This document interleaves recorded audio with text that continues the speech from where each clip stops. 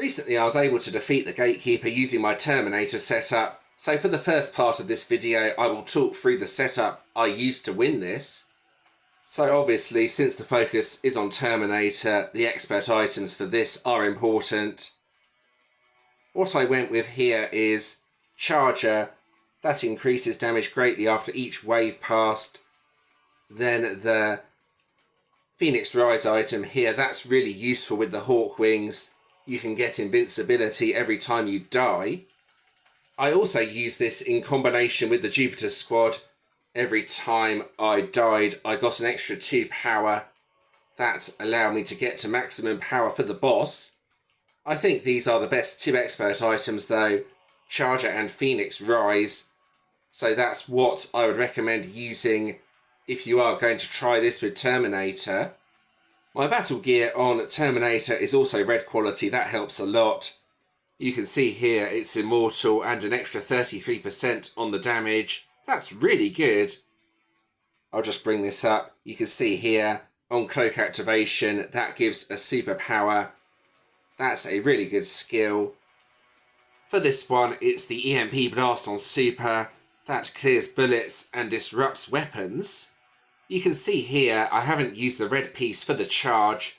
I only use those on the upgrade as they are so difficult to get. When upgrading military gear, it automatically uses the lowest value pieces first, so what you want to do here is keep going until it comes up with the red pieces. Then when it does that, stop and wait until you have more pieces to use. You should be doing that at the lower levels as well. For example, when your military gear is legendary, only use pieces lower than orange for the charge, then use the orange pieces for the upgrade.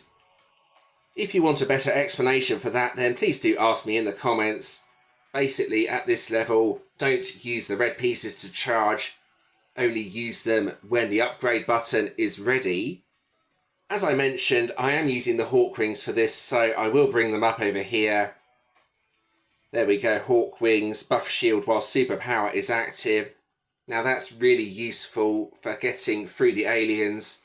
When you die with the Phoenix Rise, you have a decent chance to get invincibility for a few seconds. Also useful on the boss as well.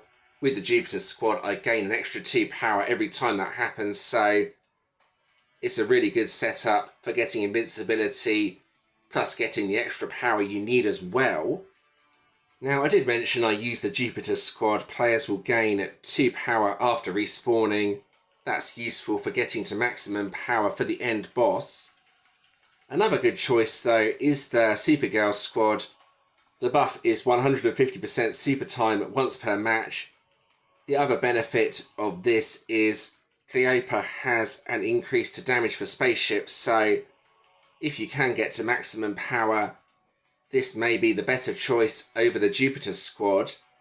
Right, so I have put the Jupiter Squad back on, so let's get on with this. You want all boosters. This Dragon Egg booster is really useful as well. The Fire Shield, medium, and there's the Terminator.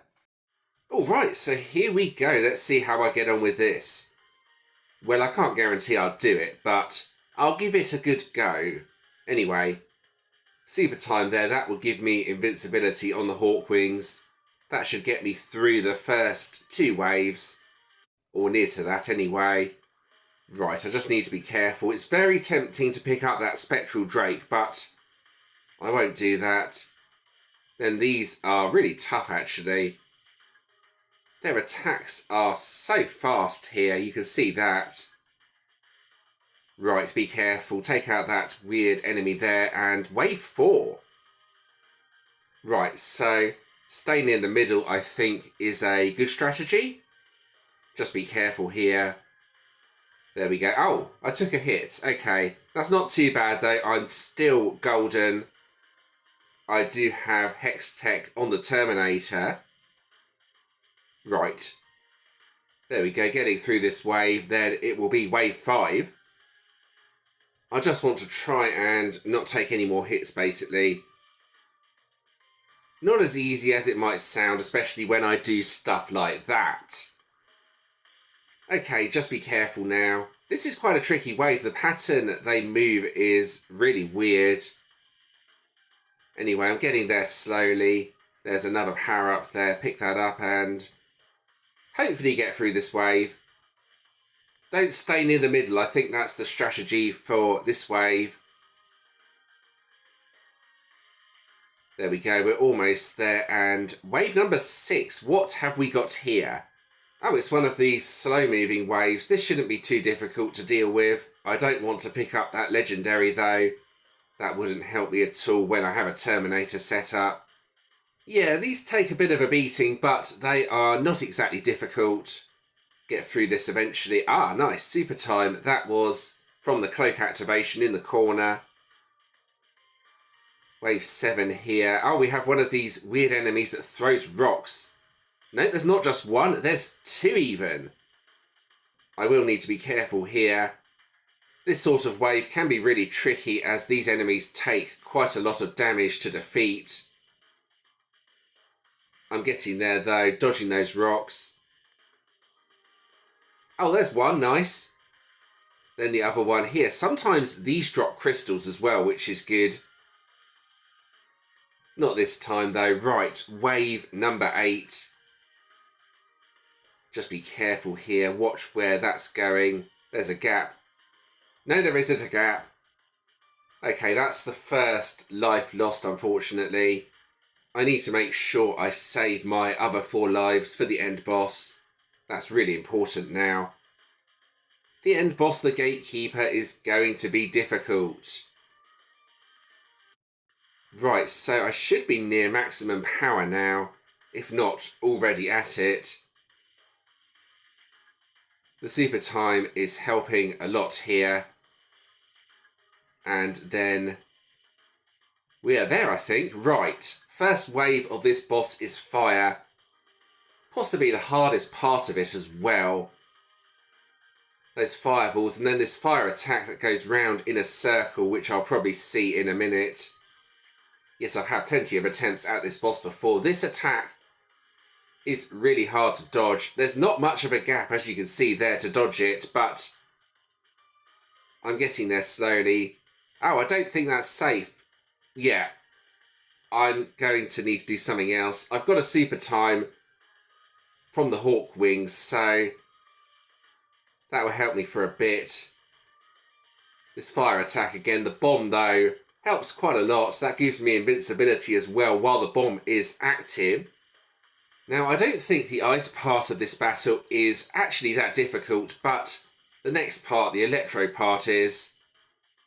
You can see here, it's not really doing anything that's especially difficult to avoid. So what you want to do here is something similar to what I did. Try and get through the first part with a bomb. Then ideally save your shield for the electro part that's coming up in a minute. This is quite a difficult attack. That's why I've used the fire shield. Then here we go. It should go to electro now. Just need to be really careful. The attacks are tricky, but they are quite slow. You do have a gap to dodge them. It's not easy, but I'm nearly there, believe it or not. You can see there I was able to dodge through the gap, but only just about. Come on, boss. Must be almost defeated by now. How do you dodge this? Ah, I see. The gap does open up eventually. It's not going to work this time, though. But there we go. I think I've done it. Yes, nice. Finally. I've defeated the Gatekeeper and finished the game. Well, I haven't got all the stars, but that's good enough for now. Alright, and that's the end of this video. I hope you enjoyed that. A shorter video this time around, but an important one as well. This is what my profile looks like. I do want to remind everyone that this account is completely legit. This is one of the best VIP 0 accounts on the game. No cheats or hacks have ever been used on this account.